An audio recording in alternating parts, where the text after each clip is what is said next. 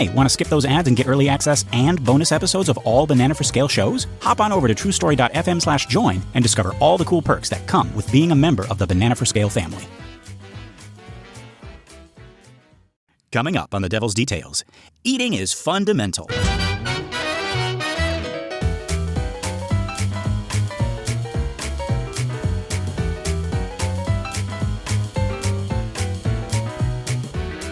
Good morning, Star, and welcome to another episode of The Devil's Details, a show where we dig up, decipher, dissect, and deconstruct the many forms of the devil. One of my names is Lester Ryan Clark. And I sometimes go by Keenan Diaz. And we're just two lost souls hitchhiking down the highway to hell. And what road trip through hell would be complete without an audiobook to keep us company?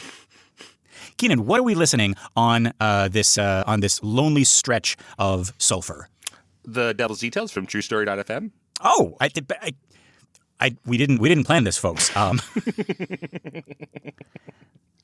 I feel bad for not anticipating that answer.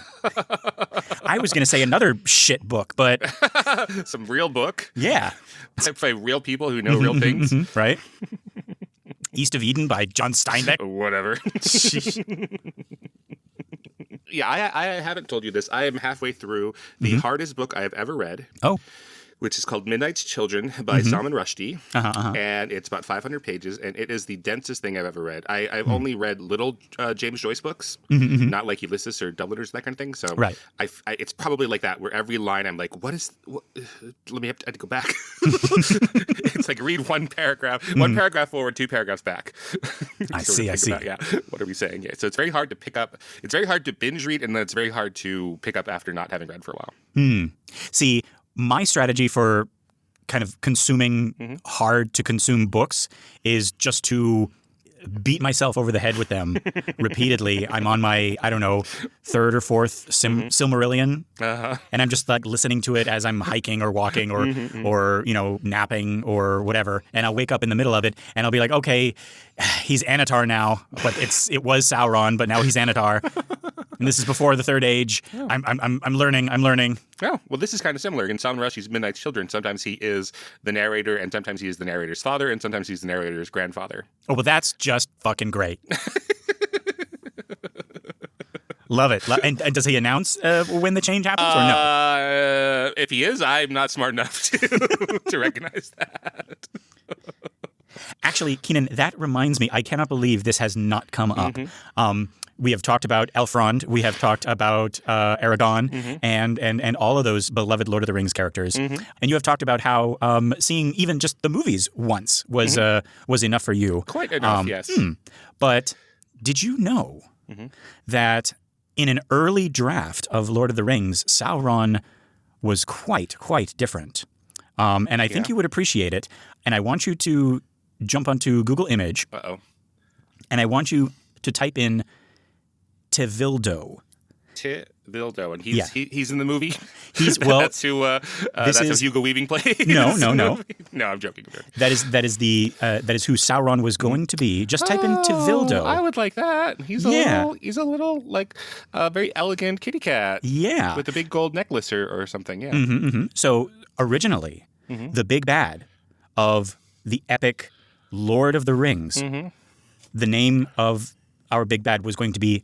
The full name was going to be Tevildo, Prince of Cats. Excellent. Tevildo, like the evil I do, it looks like. Oh, is that what it is? Wait. I was looking at it. It just looks like. I thought you discovered something. I was like, what? The evil do. Yeah, Tevildo. Tevildo, Prince of Cats. Yeah. So if I ever get a cat, it's going to be Tevildo. Please, yes. Yeah. There's some ferocious images where he kind of looks like a leopard. Sorry, a panther. God, I'm back in Dante. But there's also some like really cute ones where he's like a small cat and he's kind of like he's like Meowth on a big throne that's like a little bit too big for him. That's what I would like, yes. Yeah, and he's got a crown and he's got like, his like royal like ruff collar, It's great. Yeah, the only trouble is I would want him to win, of course. Yeah. And it would be very easy for him to lose though, because he would probably knock the ring into the volcano before anybody else. That's right. You would just see it and you were just like, crap.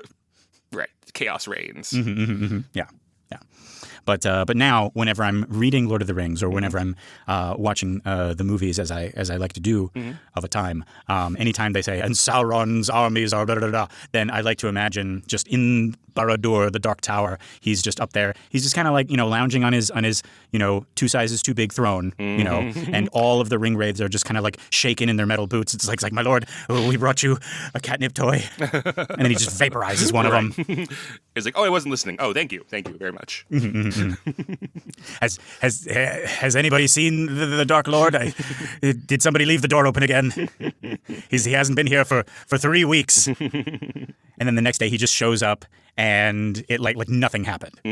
Right. That's what that was the beginning of the Third Age. It was the separation of it was the time between the Second Age and the Third Age. Was he just went out exploring, and everyone thought he was like gone for good, and he just shows up again. He had another family who fed him better.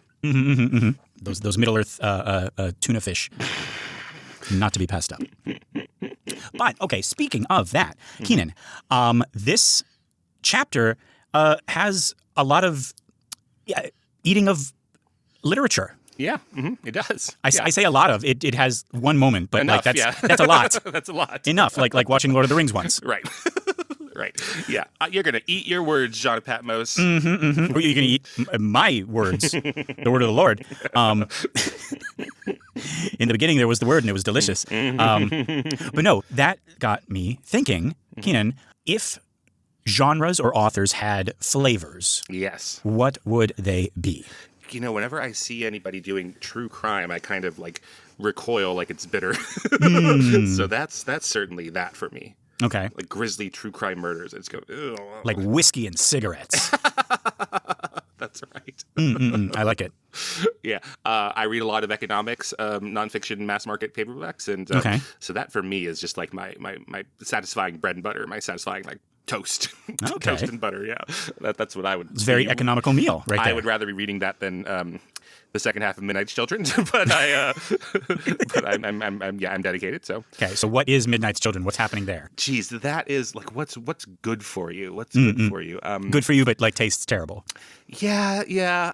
I don't know. Now that I'm a grown up, I've always loved broccoli and spinach. But now that I'm a grown up, I love Brussels sprouts. So I don't know if that's the right answer, but whatever's supposed to be real darn good for you. Good for you, but like, What do you muscle people eat? What muscle? Oh, geez. Gym people. Just chicken breast after chicken breast. Yeah, just unseasoned, joyless. Yeah, that's slap it on. Like this is dry. what I need to read this. I want to read it. Might I have some rice with that? No. You're not gonna be happy. It's just raw, not raw, no, but like just unseasoned chicken breast. Yeah. I was going back through our old episodes, and I was like, you know what? Like our whole Dante season would be like a 9-layered lasagna. Yum. Right? Just like this, and the seasoning would be the contrapasso. Right? Right. The problem is, it's frozen in the center. That's right. It's really hot up top, but kind of cheese will burn your mouth. Yeah. But I was trying to think of a flavor for Stephen King books. Claude said pennies and anxiety. Yeah, like the blood in your mouth. Yeah. The blood. But I was like, well, no, because like I feel like it would taste like whatever drug he was on when he was writing it. Right. So Cujo would be like cocaine, just straight. And then there was a dog, and then they were trapped in the car. Yeah, and Misery would be Novril. That's what Stephen King was on in Misery. Yeah. And The Shining would be just all sorts of hard liquor. Right? Bathtub gin. Hey, that's a funny. Like if you know the story, that's actually really funny. That's very good. Yes. But okay, Keenan, what would the scroll of the Lord taste like? I mean, the holiest taste to me is a communion wafer, which I talked about of wanting to eat them. Yeah, you read my mind. I think it would exactly be like a communion wafer. I think it would kind of like melt in your mouth, but like suck all the moisture out of your mouth as well. Oh yeah, I miss it. I should convert back. You know what? just so you can get that sweet communion wafer. Because I feel bad. You know, as I said, like you can order them on Amazon, but I would feel bad about it. Somehow it feels sacrilegious.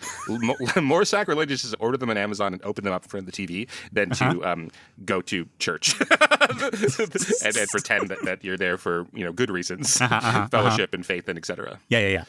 That feels less sinful. Yes, is just lying to the Lord so He can give you a little single wafer.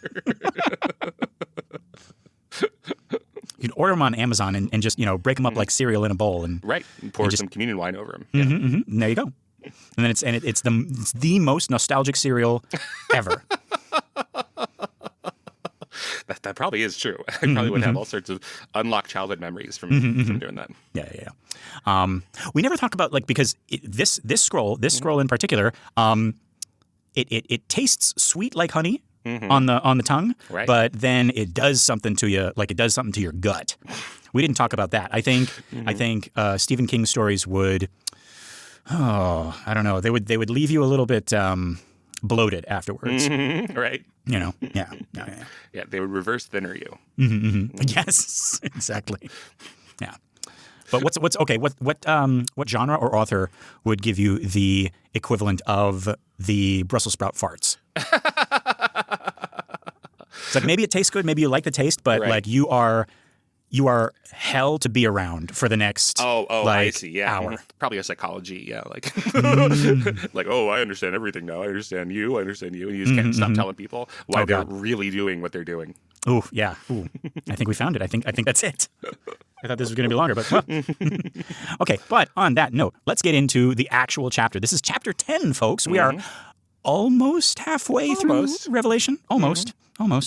All right, folks. So this is Revelation chapter 10. And I saw another mighty angel come down from heaven, clothed with a cloud, and a rainbow was on his head, and his face was as it were the sun, and his feet as pillars of fire. And he had in his hand a little book open, and he set his right foot upon the sea, and his left foot on the earth, and cried with a loud voice, as when a lion roareth. And when he had cried, 7 thunders uttered their voices. And when the 7 thunders had uttered their voices, I was about to write, and I heard a voice from heaven saying unto me, Seal up those things which the 7 thunders uttered, and write them not. And the angel which I saw stand upon the sea and upon the earth lifted up his hand to heaven, and sware by him that liveth for ever and ever, who created heaven, and the things that therein are, and the earth, and the things that therein are, and the sea, and the things which are therein. You're pushing my buttons, John.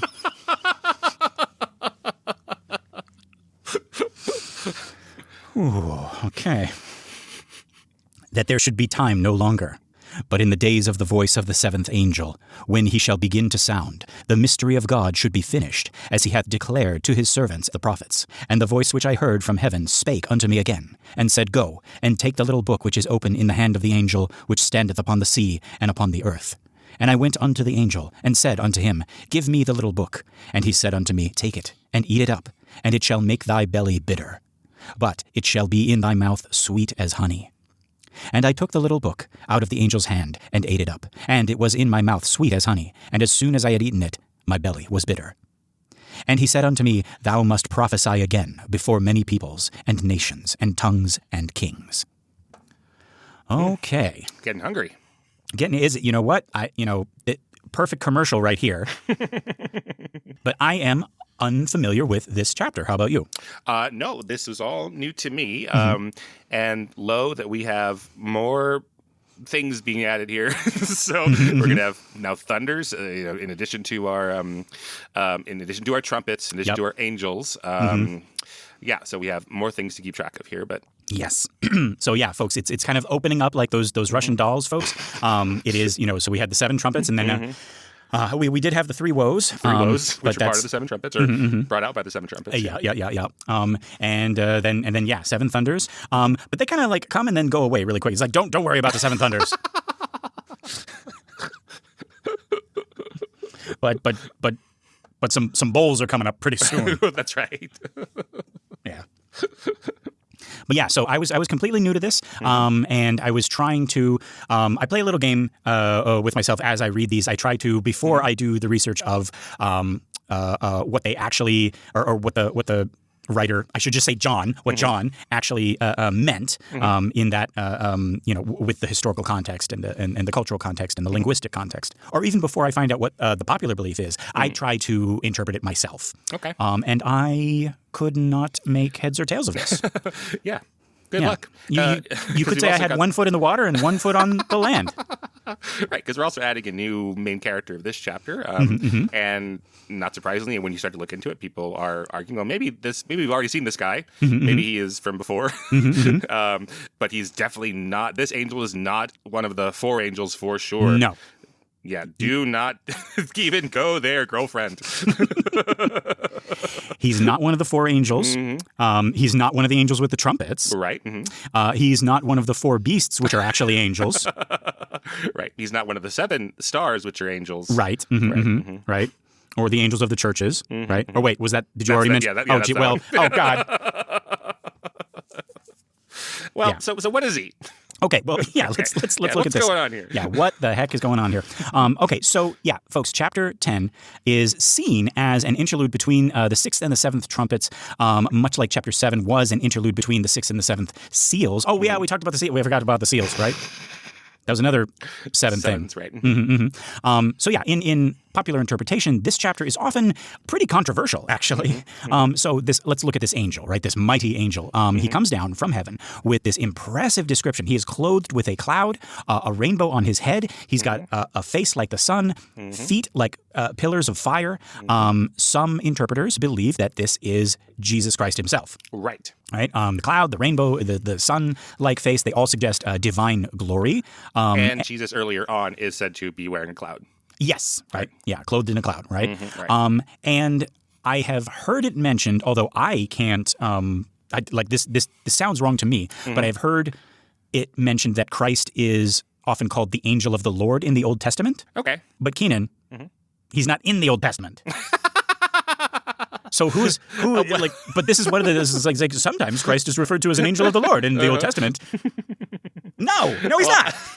I'm assuming they mean that the Messiah is referred to as that. Okay. Right. Or are they saying, it's like, oh, whenever angel of the Lord appears in the Old Testament, they're talking about Jesus? I think both. Yeah, that's what I would guess. Yeah. Okay. That's a very Christian angle. But yeah, it seems you would agree that this description of this particular angel, and we've had what? 1, 2, 3, 4, 5, 6, 7, 8, many angels already. Many. This one seems like John spent special attention on this one. Yes. Yeah. Okay. He's singled out. He's not part of some angel group. He's on his own. Yeah. Now, and he's the most beautiful of all the angels who are already beautiful. Right. This physical description is what's making him stand out. Yeah. Now others insist that this can't be Jesus because the text says, quote, another angel. And Jesus is never called an angel in the New Testament proper. Okay. They say that this is a very powerful angel.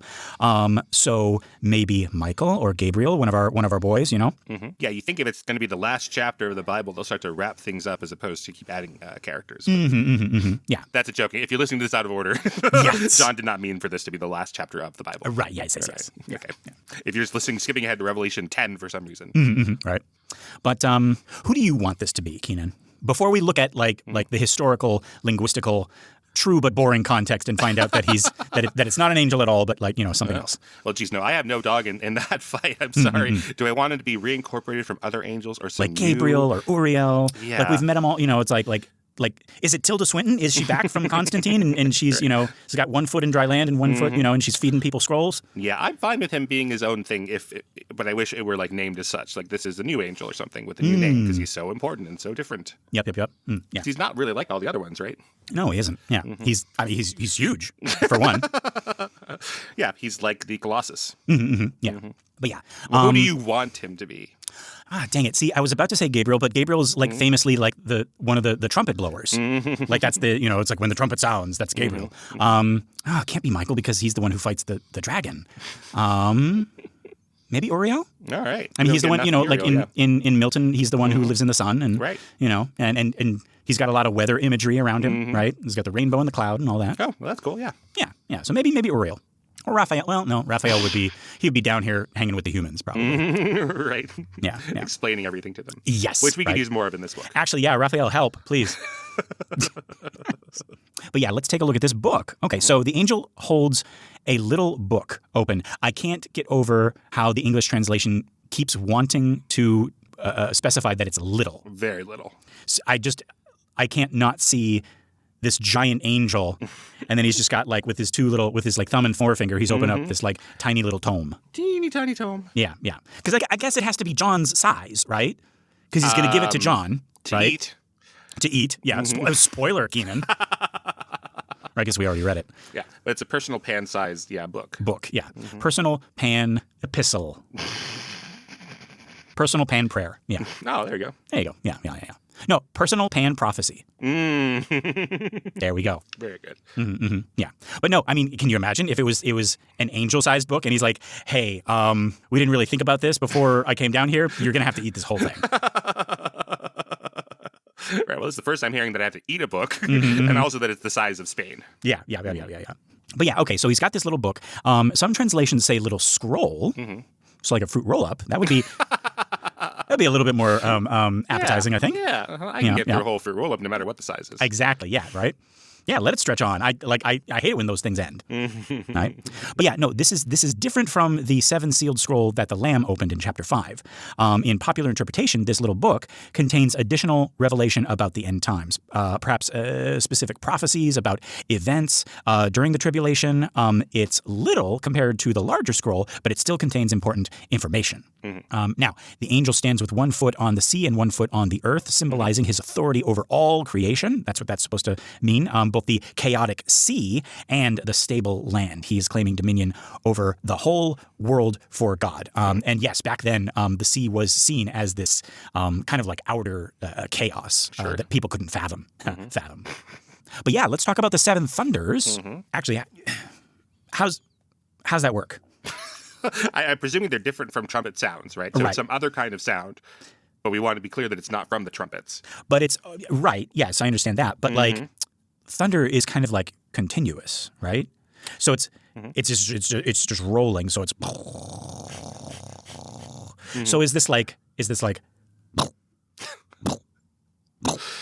or it's 7 different directions, I guess.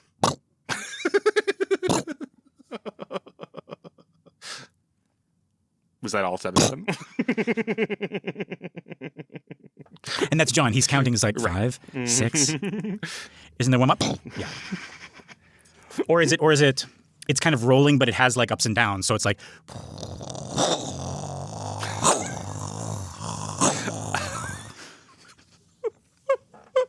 But like, how do you count thunder? We don't need a sound effects library. No. We got Lester. Okay, yeah. So we got 7 thunders.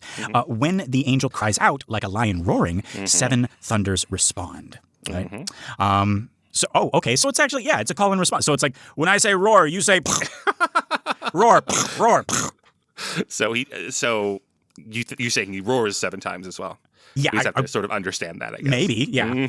And then John tries to chime in. He's like, roar. And he's like, no, you shut up. This is angel stuff. Right, this isn't about you. Not everything is about you, John. But no, okay, so John is about to write down what these thunders said, presumably like 7 more judgments or revelations, but a voice from heaven stops him, says, seal up what the 7 thunders said and don't write it down. Right. So what are we doing reading this then? John, you could have just left this whole thing out. This whole chapter, yeah. It's like don't look. I imagine the angel is like, don't write that they even were there. What are you doing? Right, don't write this part either. Don't write this part where I'm telling you not to write it down. That's just going to look suspicious. And then the angel became wrathful and stomped his feet. And he sighed and he walked away for a little bit and then he came back after counting to 10. Good. He's got some good conflict management skills, this angel. Yeah, but so this is one of the most mysterious moments in Revelation, right? In popular interpretation, the 7 thunders represent judgments or prophecies that God has chosen not to reveal. They're too terrible, too intense, or simply not meant for human knowledge, right? Some prophecy teachers speculate endlessly about what the 7 thunders might have said, suggesting everything from nuclear war to alien invasions to the timing of the rapture. Others say it's futile to speculate since God specifically sealed this information. Right. Mm-hmm. But it's also saying again, like John has the information, right? We're assuming that John heard the thunders Right. and he understood them, Right. because he was about to write them. He wasn't just going to write. Or maybe he was. Maybe it was just literal thunder. And John was writing it down, and God had to literally part the clouds and said, "Don't write that down." Right. As in, not like, oh, this is a secret I'm keeping. Right. Like, this is literally just thunder. You don't need to write it down. But then John was like, "Ooh, mysterious thunder." Right.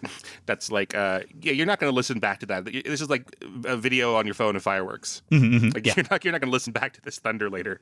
Don't even worry about it. And then you do, and he's like, God hears his own voice, and he's like, I sound like that? Yeah. Okay, Keenan, what do you make of this? What do you think these seven thunders are? I don't know. I guess part of me wants to think they're like the instructions for later, or something that because it's gonna get crazy. But I haven't looked ahead to see if there's 7 major things. I think there's much more than that. So I don't know if these are supposed to correspond with something in particular. The thing that confuses me is with all of the craziness, what could possibly be crazier? Right. Than what's gonna get revealed? Right. Yeah. This is all God's plan, and that the part we find out is crazy enough. Yeah. Like, the only thing I can think of is that it's, what do you call it? It's like boring, like behind the curtain, inside baseball, like shop talk stuff. Right. It's like, remember to, pick up some Fritos on the way home, or something like that. And so they're like, no, you don't need to write this down. This is not for you. But then we're like, oh God, what flavor of Fritos does God like? But don't put it in the book. Yeah. Right. It's just so obvious to all of us, right? Yeah. He likes Flamin' Hot. But we cannot know that because that would turn everything upside down.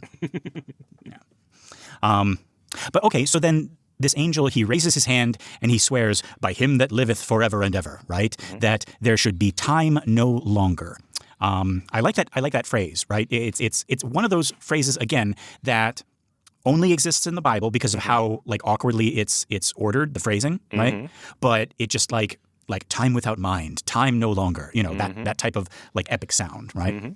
Now, in popular interpretation, this means that time itself will end. The age of grace is over. The tribulation timeline is reaching its climax, and eternity is about to begin. Some interpret this as no more delay. Right? God's judgments will now proceed rapidly without pause. The end is nigh. Yeah, that's what it sounds like more to me. Right? Yeah.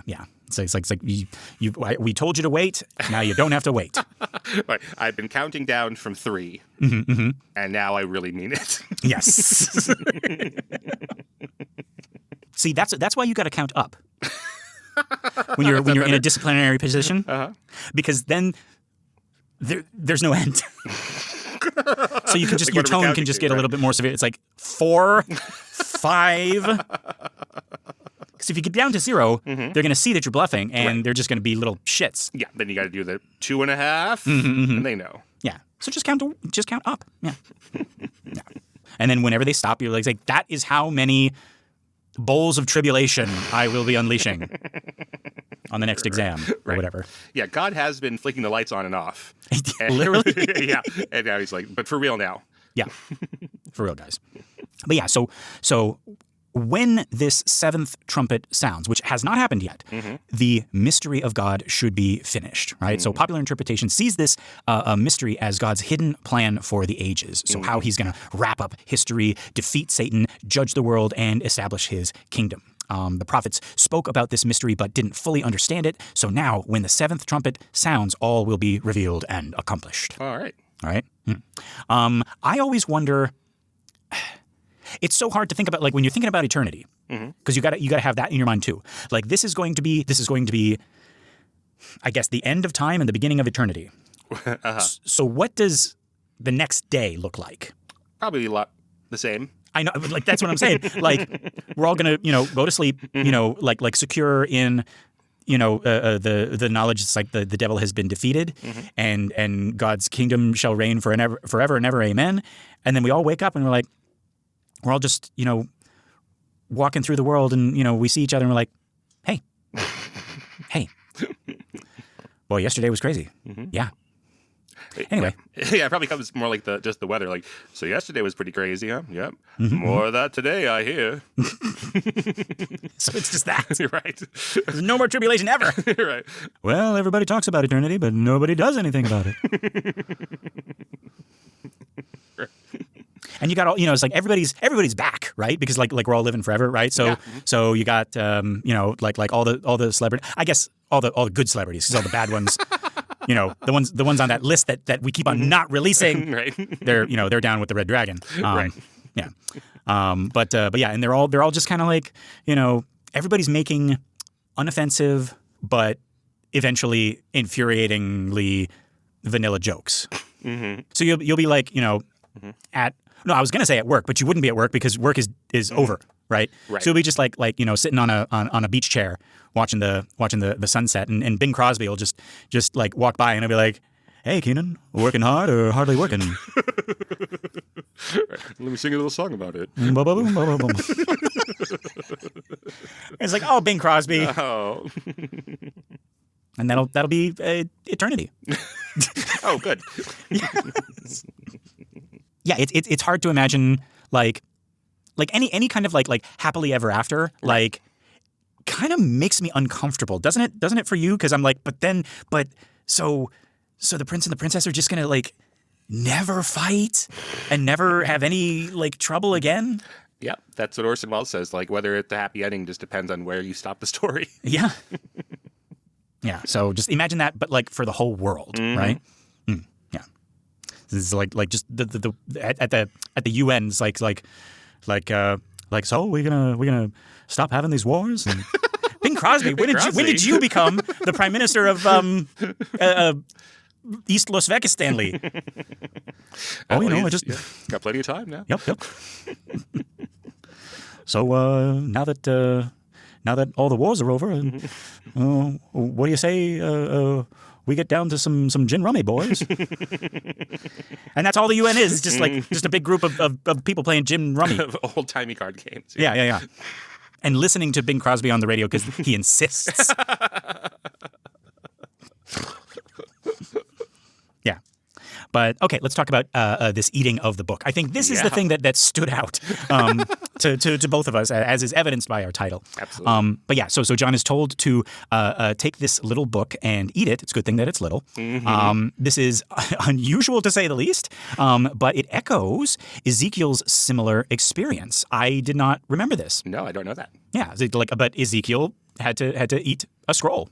What was in that scroll? Yeah. Ooh, I mean... the Ezekiel scroll was full of lamentation, mourning, and woe. So, probably good for him, but tasted real bad. Let's see. Bible Odyssey says, John, like Ezekiel, is instructed to eat the scroll. But unlike the scroll in Ezekiel, the taste is complex. It starts out sweet like honey, but then it curdles the stomach. Yeah, so Ezekiel's is, it's an older taste, I suppose. More simple farm to table taste, and John's is more of the fusion. Yeah. Old family recipe.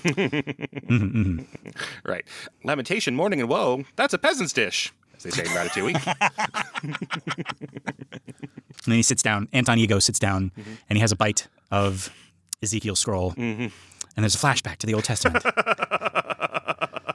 And a single tear falls down his old and wizened cheek. And his head explodes because he has seen the face of the Lord. Gets you every time. Yep. But that's how you know it's authentic. Those exploding heads.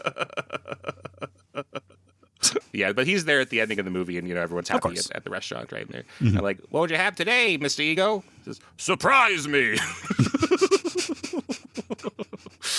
He raises his glass, but Yeah. He only has a fourth of a head. Right. It's a good thing. Well, a third of his head. That's true. Yeah. If we're doing right. Right. But yeah, it's a good thing God spared him. Yeah.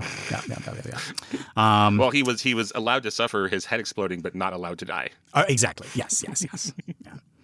So it's like, Mr. Ego, we've cooked up a little bit of Luke, some John in here. But the John, no, not that John, This is the actual John. Right. Yeah. And the angel says John must prophesy again to many peoples and nations, meaning he must continue proclaiming these end times prophecies. His ministry isn't finished, right? There's more to reveal about the tribulation. Right. And so don't get into it about the things. Yes. Just don't write those down. It's all right. I wasn't gonna. Yeah. But now that you mention it, no. Now that you keep mentioning it, like 7 times. Okay, yeah. Let's look at what scholars have said about this, and linguists and historians looking at the culture of the day. So, chapter 10, they agree, is another interlude, this time between the 6th and the 7th trumpets. But rather than just being a pause in the action, this chapter reveals something crucial about how John sees the pattern of resistance to empire, right? And every time, folks, I say empire, I want you to think of it with a capital E, right? So I'm thinking like the big empire of the day. I'm seeing like in other sources they refer to it as Babylon, right? Even though Babylon was an actual place, Babylon can also just kind of be symbolic of whatever the big, in John of Patmos's time, Rome was Babylon, right? If that makes sense, yeah. Right? But your scholars are saying that it's more than that. It's not like John is saying like we'll resist the Romans and then make our own empire, right? Know? Yeah, that we're not trying to replace that, or like if only the people east of the Euphrates would come over and we could worship them instead. Right. So he's not saying this king is bad. Right. He's saying monarchies are bad. Right. Not. Down to Bank of America, right? Its capital is bad. Yes, exactly. Right. So whenever I say empire like that, after chapter 9 ended with people refusing to repent despite all of those devastating judgments, we might expect even more like intense destruction. But instead, chapter 10 offers a radically different response, right? The renewal of prophetic witness. This is profoundly relevant for anybody navigating oppressive political power, right? Whether, first century Rome or 21st century America. Let's look at what actually is happening here. Okay. So let's look at this mighty angel, right? A Theophany-like figure. I bumped into that word again in my research. Now, folks, remember, Christophany just kind of means like the appearance or the revelation of Christ, like the physical, like visual image of Christ, right? So the appearance of him. So Theophany, the appearance or revelation of Theo. Right. Yes. From The Cosby Show. I was thinking of any other Theo. Hey, that's not Theo's fault. No, it isn't Theo's fault. Theo, you're great. Yeah, you're great. And the guy who played, damn it, who was he? Malcolm Jamal Warner. Yeah. No, you're awesome. I hope I didn't bother to look this up. You're probably awesome. You're definitely more awesome than Bill Cosby. Let's just say that. Yeah. All right. We're trying not to bring people down, I guess. Yeah. But this is one of those 7 thoughts. It's like, don't write this. Just cut this out. Edit this out. But they probably remember something you know, which is that he died this year of drowning in front of his family. Wait, what? Malcolm Jamal Warner. Oh, I thought you were going to say Cosby, and I was like, well, I would have heard about that. Yeah. No. He died jeez.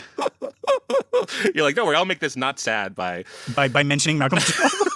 No. It's very sad. Oh, God. Okay, yeah, we definitely have to take this out. Well, I know. If you're hearing this, folks, I fucked up in a major way. Well, who's another Theo? I was trying to think, and you distracted me. There's no other Theo. In the Chipmunks. Theo Huxtable. Alvin. Theodore? Yeah. Come on. That's a third. He's a third of the Chipmunks, and that's a third of his name. Wow. Okay, it's thematic. Yeah, and the angels took away the other 2/3. Yes. Destroyed them.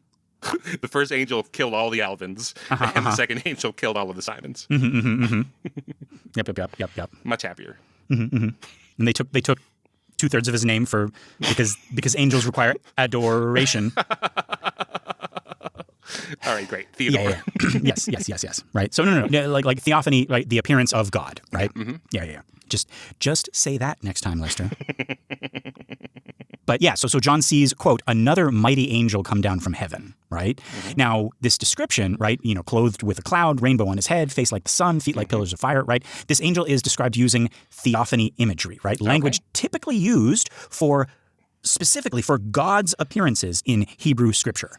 Right. Now, I wasn't familiar with this, but like this is if you remember, like in the early chapter, we see God on his throne, and he's got kind of like this rainbow imagery, but it's like from like natural like stones kind of cut like, and you see kind of like the sheen on them and everything. Right. Yeah. And the surface of the throne room looks like an ice lake or something like that, but it's made of rainbow. Yeah. Yeah. So rainbows seem to be continually connected. I mean, and then the flood story, of course, right?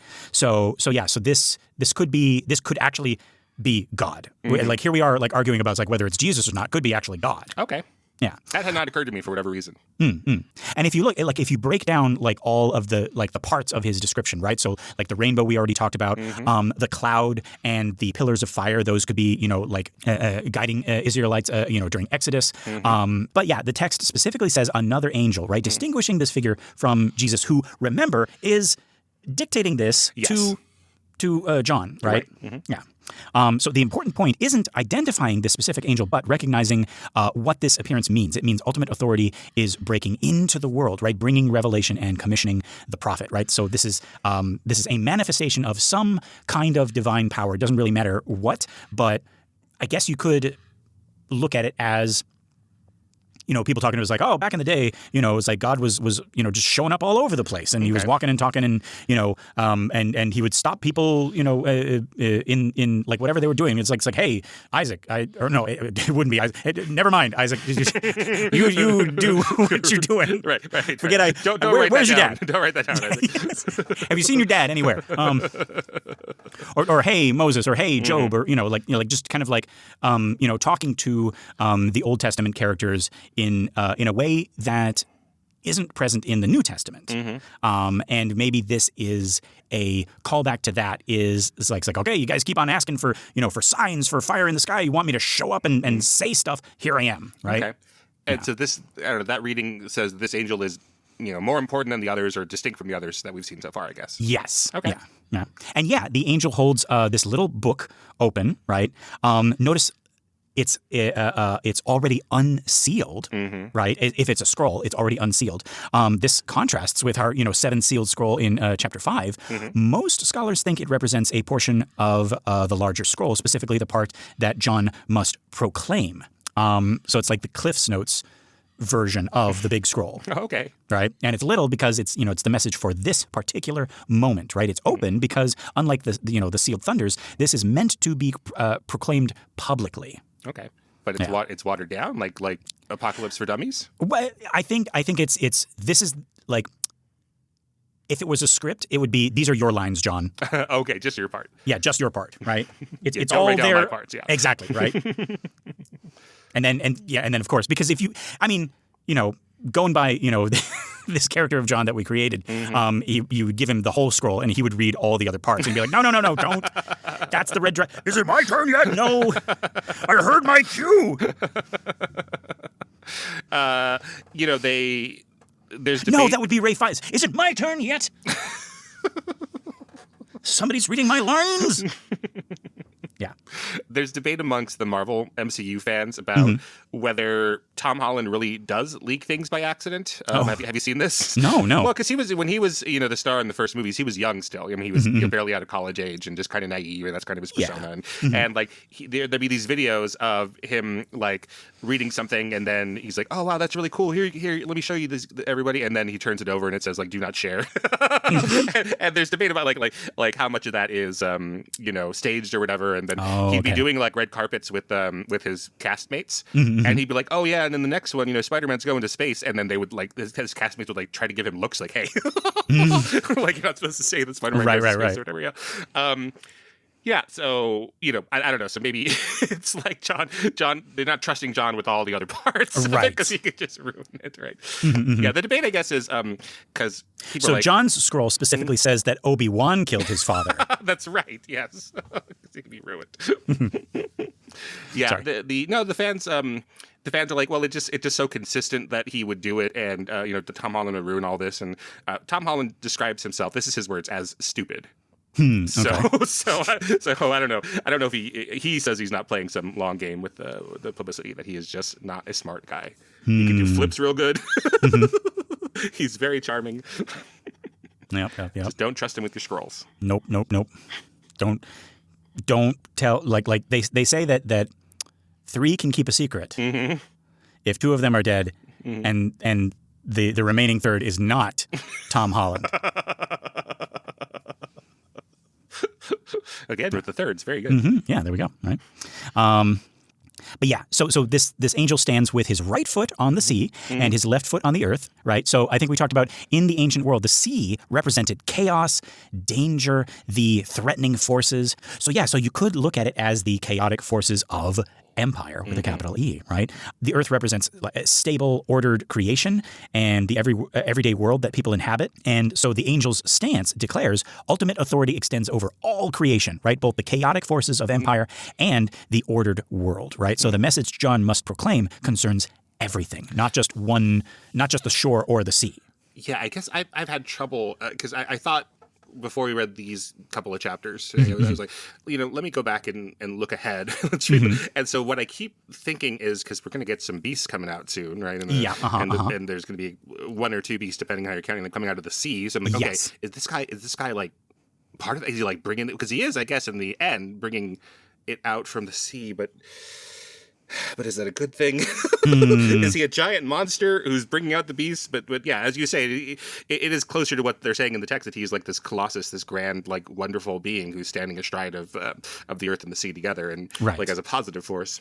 As a positive, I mean, like if he's currently standing atop the sea, right, and the beast, I mean, this is Schrodinger's beast. Because he's under there. He's in there, right? He hasn't come out yet. But I mean, I could kind of coupling with what you're saying, Keenan. I can see this as him being like a reassuring presence, saying, "Hey, don't worry. Like whatever comes out of this chaotic sea, it is still under my foot." But no, but this part, folks, this is crucial for any context where empire claims ultimate authority, right? So first century Rome claimed dominion over the known world through military might. And this angel's stance says, no, there's an authority that transcends empire, right? Both the empire that seems so powerful and threatening and the everyday lives of people living to survive under it, right?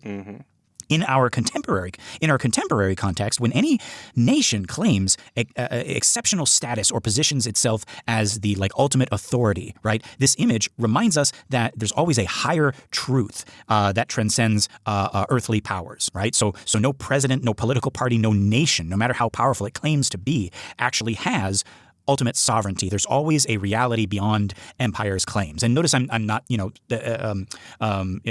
specifically saying God or Allah or whatever, but but there is something. My students and I have been going over the Constitution lately, and there is that phrase in there, certain unalienable rights, right? And we try to examine that word from an agnostic perspective, right? Because I explained to them, it's like back in the day, that's it's like these rights are given to you by God, so no president, no king, no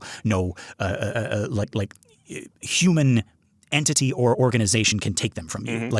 You were born with this is your birthright, right? There's life, liberty, and the pursuit of happiness. But in modern day, maybe you don't believe in God, then you can say the universe. You can just by being born, by being human, you have the right to life and liberty, right? And I think that's what I think we can look at this part of Revelation in that same way, is that no authority, whether it rises up from the sea or gathers up via a force of arms or anything like that, no human authority has ultimate authority over us. Yeah, well, it seems in your reading of this that John in most of these chapters is trying to give both a theological and a political answer to the empire. So it's well, let's approach this from a theological standpoint. There's God. Let's approach this from a political standpoint. There are inalienable human rights, etc. And empire is bad for us spiritually, but also bodily and and legally and everything. Yeah. So this Colossus astride the 2 parts of it, that could feed into both of those, I think. Right. Yeah, I think so too. Yeah.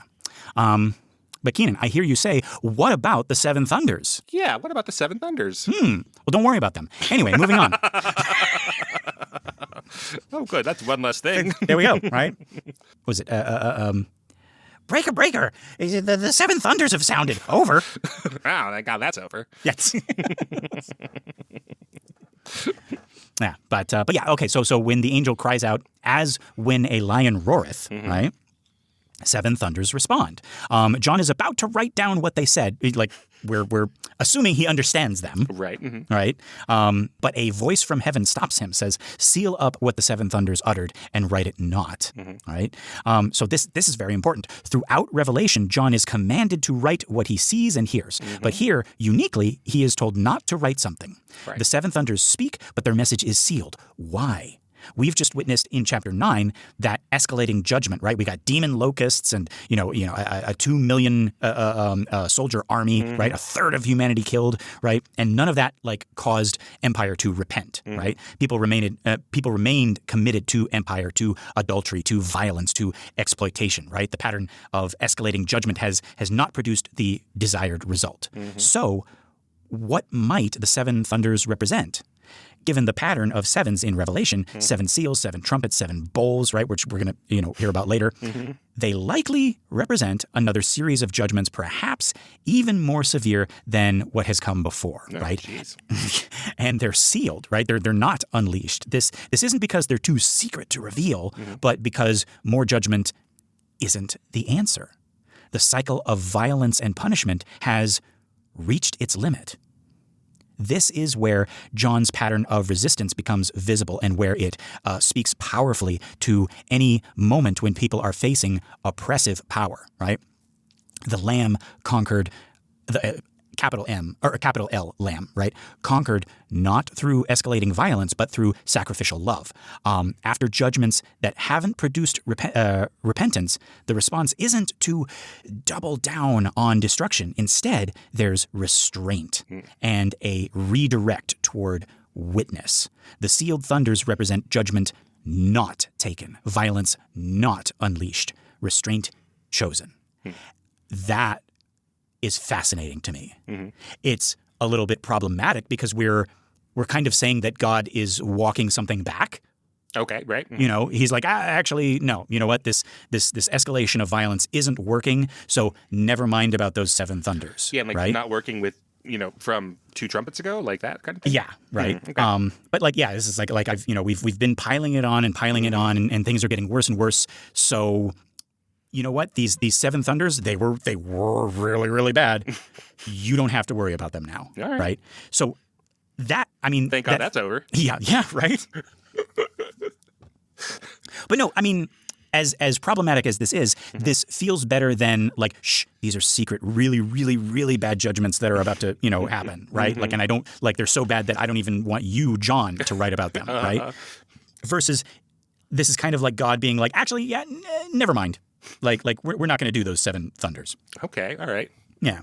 But yeah, let's think about what this pattern means for people navigating political power today. When we see injustice, when we see empire crushing the vulnerable, when we see policies that harm the marginalized, the temptation is to want more judgment, more punishment, more retribution, right? We want to see the powerful pay in some way, right?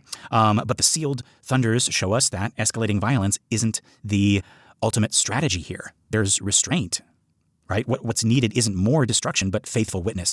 This reveals an approach not eager to destroy, but seeking another way, a path of sacrificial love and truth-telling, right? Whether you interpret this religiously or, simply as a pattern of nonviolent resistance. Okay. All right. Now, after reading that interpretation, I kind of bristled up because, God, to me, Keenan, it almost does seem like there is a need to push back with force. You know what I mean?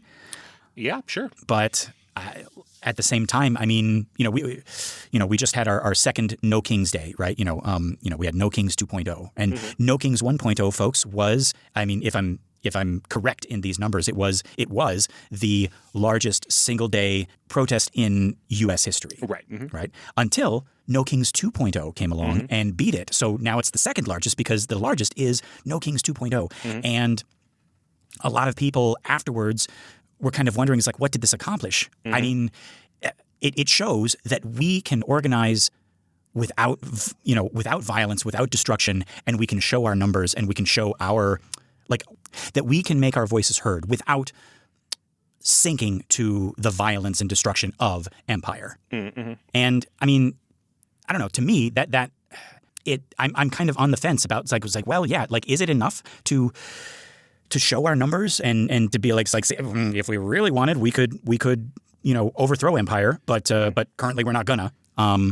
Or I don't know. Do we? I'm kind of like one of those apostles with Jesus, being like, well, like maybe we do need swords. Maybe we do need to cut some centurion's ears off. Like Peter did. Yeah, that's a debate within modern nonviolent or peaceful protests, which are two different things. And like the No Kings rallies are peaceful protests. The Gandhian nonviolence, or which Martin Luther King took up, like that is not exactly peaceful. That is, I'm going in and I'm putting myself in positions where we're going to expose the violence of the other side. So like getting rather than like, hey, we have a permit and we're going down to the town square and we're getting CNN to cover us here. That's a peaceful protest. And a nonviolent one is like, we're going to sit in places we're not supposed to be, and we're going to cause good trouble, and then you're going to see how the state responds to that, and you're going to see that very visibly, which are two different kinds of they're often lumped together, but those are two different kinds of things. And so I don't know if No Kings doesn't necessarily meet its goals, maybe it's confusing it with the nonviolence of the past, which because it's like 60 years ago now, we're like, oh, that's what they were doing, but that's not what King and Gandhi were doing. It was a different kind of protest. Yeah, and it's kind of forcing empire's hand. Oh yeah, absolutely, right. Yeah, and then hey, we're going to do this now in front of cameras, so you see what they're doing in the darkness. Right. But it was, specifically going and getting beat up by the state. Yes. Yeah. Or killed by the state. Right. And I mean, like without that, like, I mean, that's, you want to talk about like faithful witness, you want to talk about sacrifice, like that right there, right?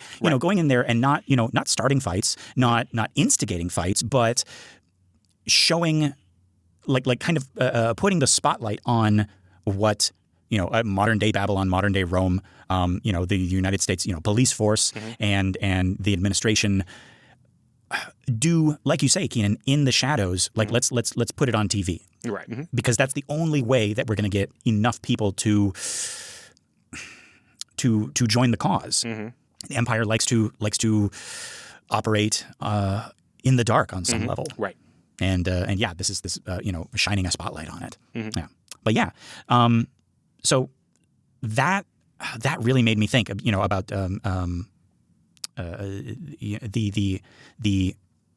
the choice of nonviolence, and the choice of restraint, of these seven thunders, but it still leaves me with this bitter feeling in my gut, because there can be a No Kings 3.0, there can be a 4.0, there can be we can continually prophesy and witness and non-violently, protest what is going on, but like to what end? Like when is, justice coming? And I mean, folks, I'm not going to pretend that, I'm a saint who is like, yeah, forgive these ICE agents, they know not what they do. And, no, I want to, I'm human. I want to see some heads roll, right? I want the new Nuremberg trials. I want these people who have torn families apart and abducted children and women from the supermarket or from school. Like I want them put away. I want them lock them up and throw away the key. These ICE agents, and the people who are controlling them, up in our administration, right? So yeah, so I'm not like John of Patmos. I'm not like the saintly martyrs, who say, it's like, oh, we just gotta keep standing up to them and not, like I'm petty. I want to see some blood, some blood, but yeah. So this part is a little hard for me to swallow, and I guess maybe that's the bitterness in the stomach, right? Okay, yeah. Is the truth is that hitting them back is not going to solve anything. Which sure would feel good though. I'm just saying. But yeah, so this angel raises his hand to heaven and swears an oath, right, by him that liveth forever and ever, right, who created heaven and, the things that therein are, and the earth, and the things that therein are, and the sea, and the things which are therein. It got me again. Oh boy, yeah. But okay, there's a Greek word in here, chronos, means delay or interval. So like not like time in an abstract sense. Most modern translations render this as there will be no more delay. Right, this angel is swearing that most solemn promise, no more delay, no more waiting. Right? So for the martyrs under the altar who cried, "How long, O Lord?" in chapter 6, for the suffering people. To wait, right? Because they've been told to wait a little while, right? So for all those enduring persecution, wondering if justice will ever come, right? This angel here in this chapter declares that the waiting is almost over. Justice is coming. Vindication is near, right? So again, for first century people suffering under Rome, this would have been immensely comforting, right? The delay, which, must have felt endless as they watched their friends martyred, their families destroyed, communities scattered, is ending. The promise is that justice will be done. But notice what form that justice takes. It's not, the seven thunders being unleashed. It's the scroll being given to John to eat so that he can prophesy, right? The decisive action is witness, not violence. And witness as in, what's another way to say witness in this sense? Yeah, evangelize, like to preach, I mean. Yeah, the declaration of the truth, right? Like the well, I guess the revelation, the revealing, right? Reveal this. Yeah, exactly, yeah. Imagine if that were the name of this book, revealness. Yeah. But yeah, again, this speaks powerfully to people today who are watching injustice unfold, who are seeing vulnerable populations harmed, who are witnessing the abuse of power, right? The promise of no more delay means that the truth will out, that justice will come, that oppressive systems won't last forever.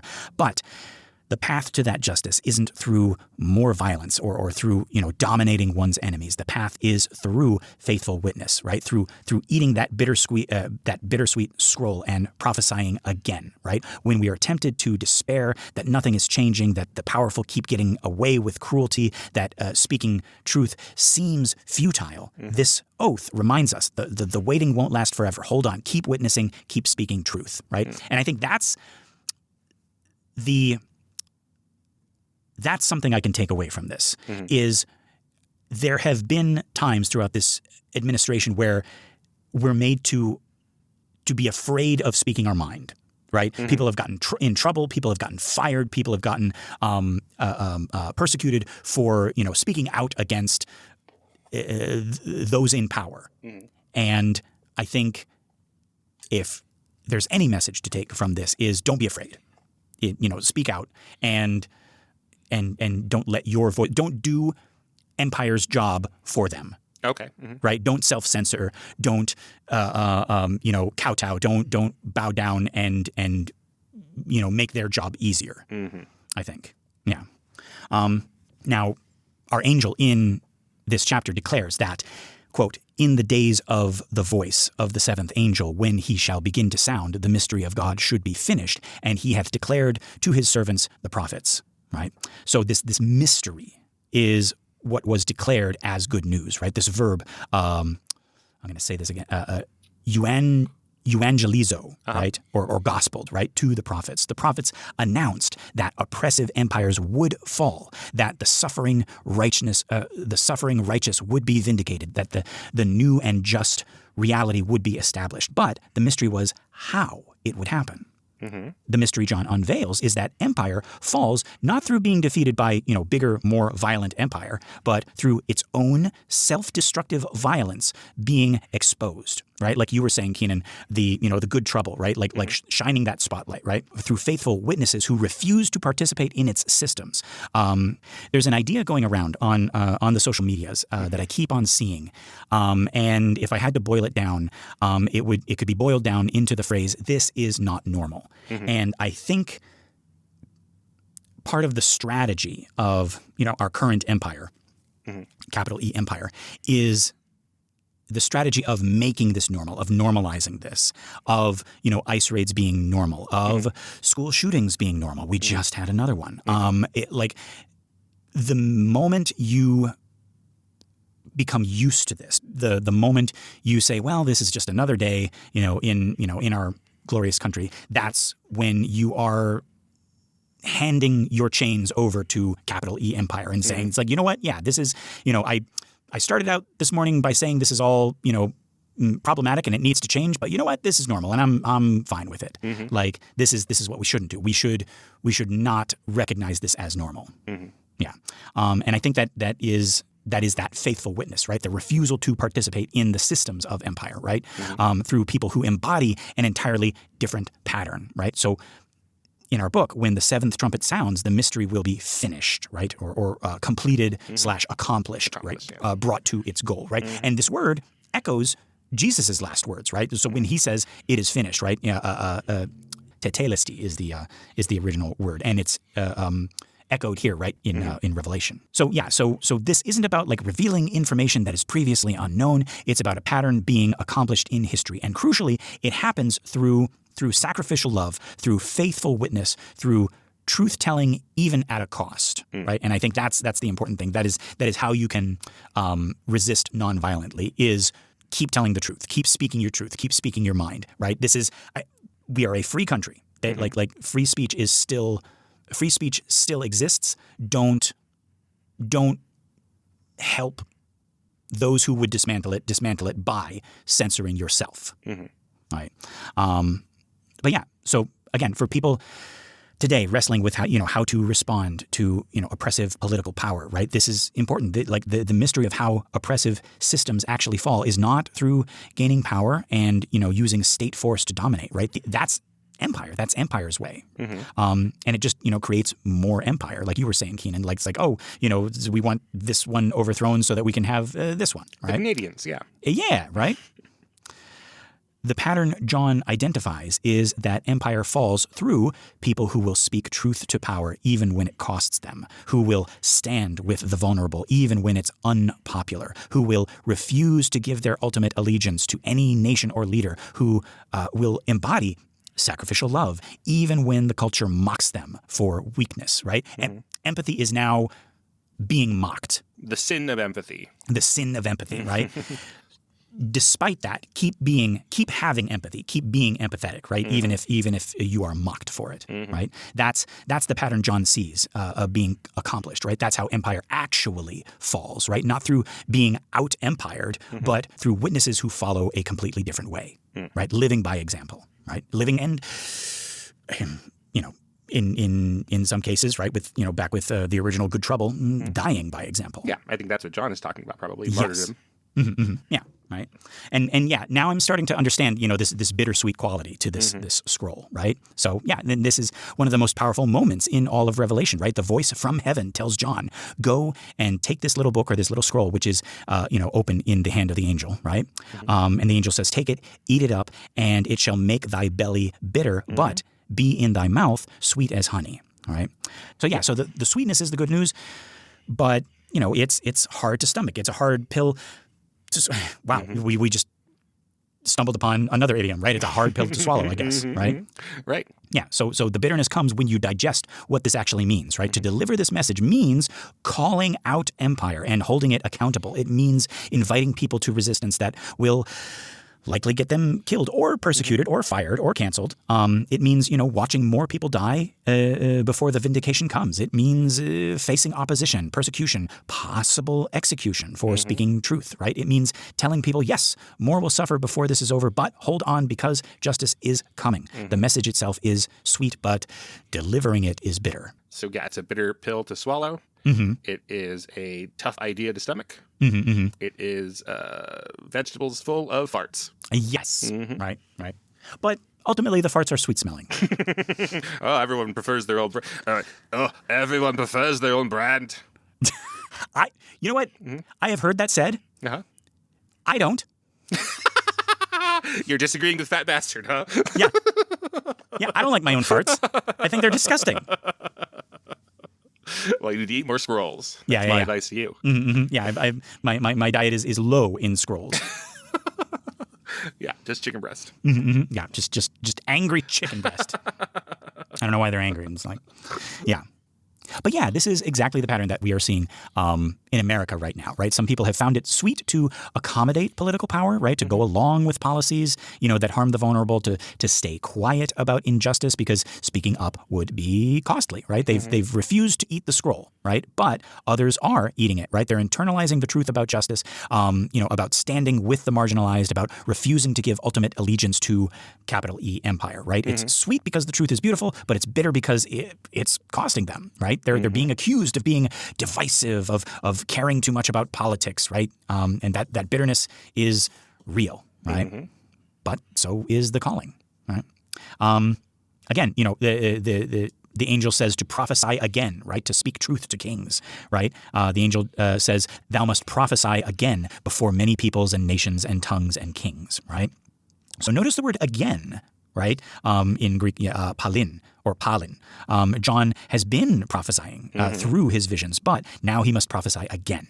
There's more to say, more witness to bear. The prophetic task isn't complete. The word must, right? De in Greek expresses necessity, right? This is his calling, right? And notice the audience, right? Peoples, nations, tongues, and kings, right? This fourfold formula for all of humanity appears throughout Revelation, right? John's message isn't just for one community. It is for everyone, and especially notice, right, before kings, right? Epi basilusin, the preposition epi, like in the presence of, or before, or confronting. So John must prophesy to kings, right, before royal power, speaking truth to the most dangerous audience possible. Right? So again, this is the prophetic pattern throughout history, right? Moses before the Pharaoh, right? Nathan before David, Elijah before Ahab, Jeremiah before the kings of Judah, Daniel before Nebuchadnezzar, Martin Luther King Jr. before political power, Nelson Mandela refusing to accommodate apartheid. The pattern is speaking truth to power, especially to those who have the most capacity to harm. Right? So for people today, prophesy again before kings means we cannot stay silent when political power acts unjustly. We cannot accommodate ourselves to policies that harm the vulnerable just because speaking up would be costly. We must speak truth, calling out cruelty for what it is, naming injustice, refusing to baptize policies that contradict basic human dignity, regardless of which party is in power or which leaders claim to represent our values, right? Whether that be Christian values or human values or whatever, right? Because that is, an unfortunate truth is that, some political parties will say we are, Christian, or we are this or we are that. And, some people will just kind of flock to them, pardon the sheep pun, because it has the label of Christian kind of like slapped on. But, if you look deeply into it and ask yourself, is this, again, to repeat another cliche, what would Jesus do? A lot of people are upset about certain churches, certain Catholic churches, putting up a modified version of the nativity scene featuring ICE agents and possibly having Jesus or the Holy Family all in cages. Yep. Or missing. Yeah. Right? Where there's no baby in the manger. Yeah. Where there's no baby and just like a sign that says ICE was here.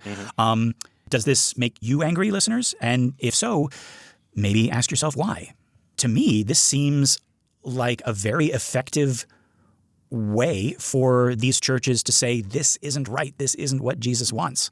Yeah, I think that people's first response is shock at it because we now, whether we're faithful or not, see Christmas as this time of celebration and not having to really think about the end of the story, the end of Jesus' story and what that means. But, Christmas is, as we've talked about in the show before, a relatively minor holiday in terms of the dogma, But now it's our main one because it is so comforting and so easy. And it is largely about like us, I have this, nostalgia about Christmas and what it says about me and my family and all of that. And to be confronted and like, I think even people who are Christians or faithful, like, and who do believe in Jesus's messages, it's like, that's not what Christmas is about.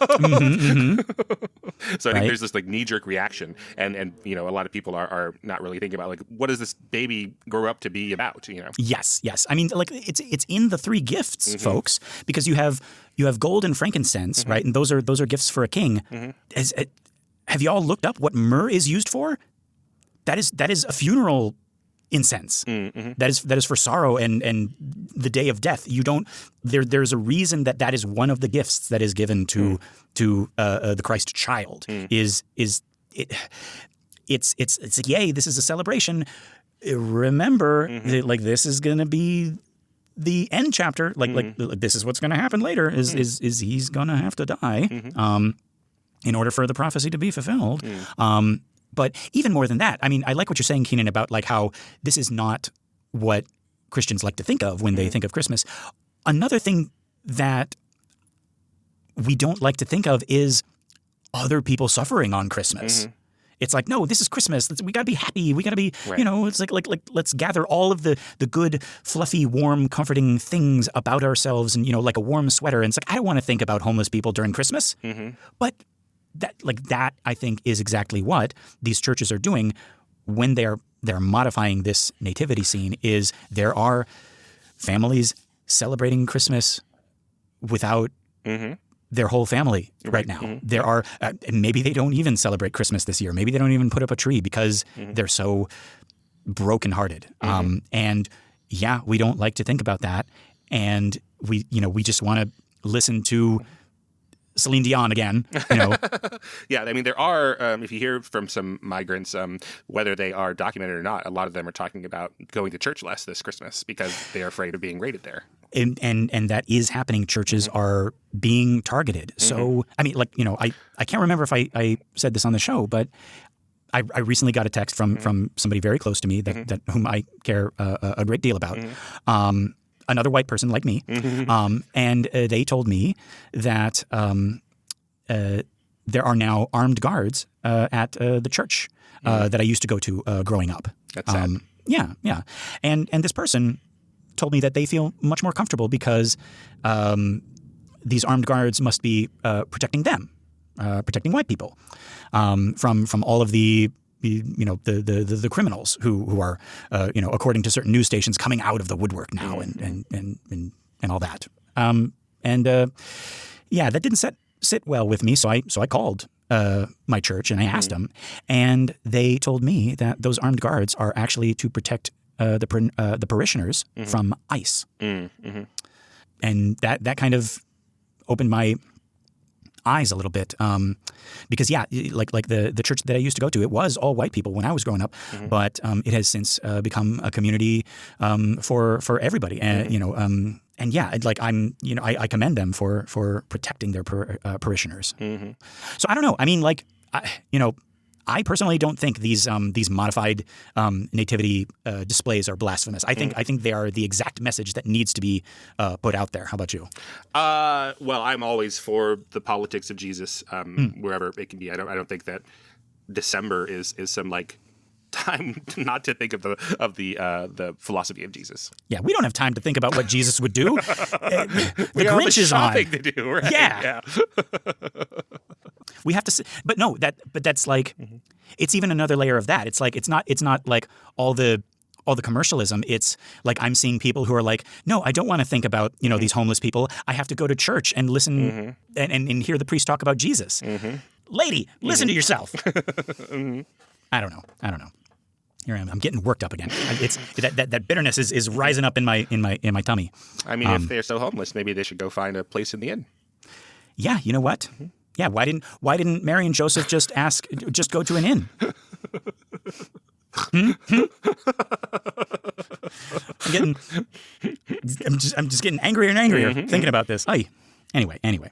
So yeah, in the beginning we kind of joked about like eating scrolls and books and stuff like that, right? But we were just jealous. Yes, right. Our constitution is a little weaker. We can't handle these scrolls, right? Right. Yeah. But yeah, eating the scroll represents internalizing truth for prophetic witness, right? It's sweet because the message is beautiful. Justice is coming. The vulnerable will be vindicated. Oppressive systems will fall. But it's bitter because delivering this truth means calling out empire, standing up to empire, right? Inviting people to costly resistance, watching people die for speaking truth and facing persecution ourselves, right? This is the reality of this pattern of resistance. You proclaim truth knowing it's going to cost you, right? So, and I feel like this again, that the angel says, John must prophesy again, is a repeating pattern, just like empire rising and falling. If we look at it that way, we've had so many apocalypses, throughout history, right? Mm-hmm. And John must prophesy again before peoples, before nations, before tongues, and especially before kings. Mm-hmm. So for anyone in any age facing empire's pressure to accommodate, right, whether it's first century Rome or contemporary America, I'm going to say U.S., contemporary U.S., right? John's pattern remains. Eat the bittersweet scroll, internalize the truth about justice, and prophesy again. Speak truth to power, even when costly. Stand with the vulnerable, even when unpopular. Have empathy. Embrace empathy. Refuse ultimate allegiance to any nation or leader. Embody sacrificial love, even when the culture mocks it as weakness. This is the pattern that John identifies for how empire actually falls, not through being defeated by greater violence, but through witnesses who follow an entirely different way. Change comes through truth tellers willing to pay the cost, not through dominating one's enemies. That's how the mystery gets accomplished, right? That is how oppressive systems fall. That is how justice ultimately prevails. Whew. Yeah. Right. So I feel like we're coming around to the heart of this thing, right? We had some funny horsemen, yeah, and some sword mouths and whatnot. And creatures with 4 or 5 heads. Yeah, and we got either giant bugs with like human-sized bugs with human faces, or little bugs with tiny human faces. That's what I preferred. I still don't understand that. It's terrifying to me. What did we think of this chapter, Keenan? Well, it is, some of its imagery is pretty baffling. The idea of him eating, that's very interesting to think about and try to translate that into, political action. Yeah. What are we trying to do here? Yeah. And I'm kind of understanding the bitterness now, right? It's tough. Again, I think we updated this metaphor perfectly. It's a tough pill to swallow. Right. Tough scroll to eat. Yeah, you know what? We should bring it back. We should replace tough pill. It's a bitter pill. We should call it a bitter scroll. Yeah, it's a tough cookie to crumble. Is that anything? People don't say that. It's a tough trumpet to blow. I think you're thinking of a row to hoe. Oh yeah. Or a hoe to row. Bing Crosby. No. All right, folks, this has been another episode of The Devil's Details. I've been Lester Ryan Clark. You can summon me on all the socials as Lester Ryan Clark. And I've been Keenan Diaz, and you can invoke me on Letterboxd and Instagram at Howdy Keenan. Yeah, for more of our shows and other really cool podcasts, go to truestory.fm, or you can drop us a message at bananaforscalemail, that's mail, @gmail.com. We got our Facebook listener group, Banana for Scale. That's a community for all of our shows, including this one. It's a private group, but just request to join and we'll let you into the Infernal family. If you want more, consider joining us at truestory.fm/join and look for Banana for Scale. That's us. You get bonus episodes of all our shows, access to our Discord, and you get your episodes a week early and ad-free. Pretty cool. Wouldst thou like to live deliciously? We're not even asking for your souls. Just give us a 5 pentagram rating on iTunes or Spotify or wherever you listen to our show. That and sharing the show by word of mouth or on social media is going to help our little podcast grow and find more cool people like you. All right, folks, until next week, love and hisses. Mwah.